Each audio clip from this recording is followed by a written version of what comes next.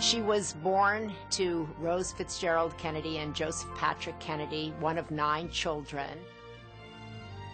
And she grew up in a family that was focused on the boys achieving greatness.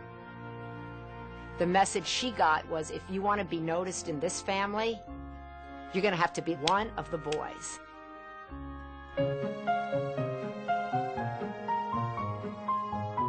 Every summer we'd all go to the Cape, 9 of us.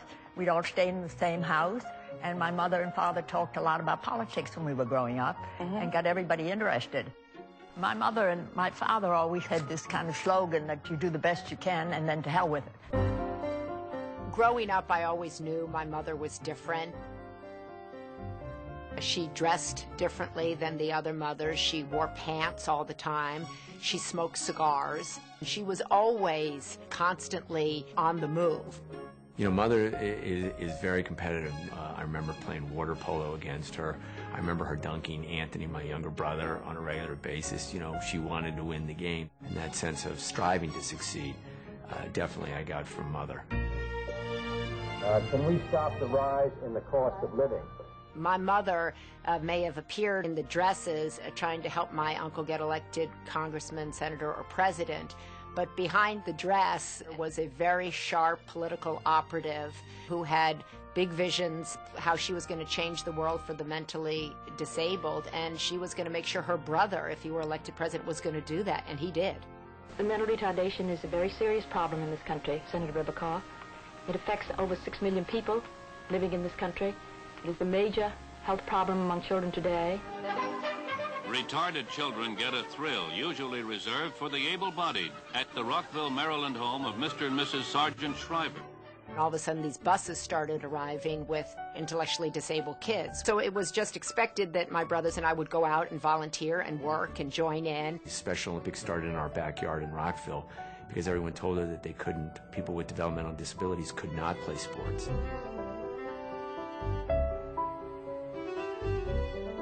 She was focused, and she proved them wrong. In ancient Rome, the gladiators went into the arena with these words on their lips: "Let me win, but if I cannot win, let me be brave in the attempt." She used that because it's very much about her.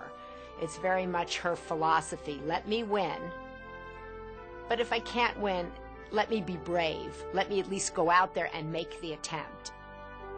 Special Olympics is a social empowerment movement. She pushed that idea very hard, and she encountered resistance, but it was also a powerful idea. Rosemary Kennedy was my mother's elder sister, and she was born with an intellectual disability. My sister Rosemary was extremely good in sports and in recreation, and it was one of the things really that kept her very close to the family. That led my mother to her passion, to her life's work, to the rage which really fueled her passion. The right to play on any playing field, you have earned it. The right to study in any school, you have earned it. The right to hold a job, you have earned it.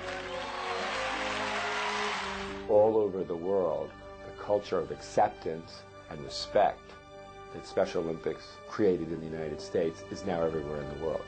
The dominant idea in the world today is that special people deserve respect, and that is her accomplishment. And it was her refusal to accept the word no. I think that has had an incredible impact on her children, all of whom feel that they have to do something in the world. She's a leader with who puts real demands on people. I mean, this is a force of nature. Good job! Good job! We can get very serious about the passion and the mission, but she always had a twinkle in her eye. She'll be remembered as someone who was ahead of her time. All of us know that if she was born today and was, 40 years of age in 2020, or even 40 years of age today, she could be President of the United States. I think she had that much to offer, and her mind was that engaged and so stimulated, and she had such an enormous commitment to doing the right thing and to lifting people up. And I think people feel that genuine excitement that she has for them, and you can't fake that. That's real. You are an example for the whole world. People instinctively, I think, admire her, men and women, because they feel her just personal power And the things she accomplished in her life were the product of determination and relentlessness, because she was a relentless winner. She travels all over the world. She goes to Bosnia, Africa, China, wherever there's a movement to be started, laws to be changed, situations to be remedied, you will find her. We learned very early that you didn't have to be a senator or a president to make a difference. And I think Eunice touched people's lives more than some presidents of the United States. She has the biggest heart of all.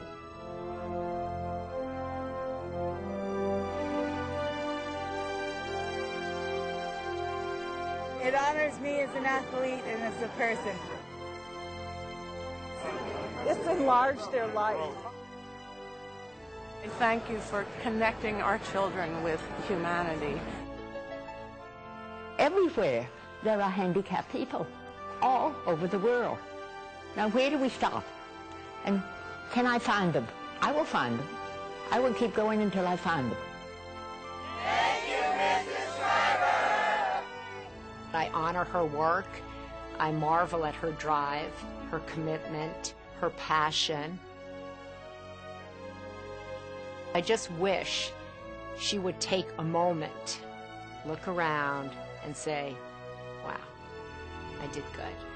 My parents would be proud.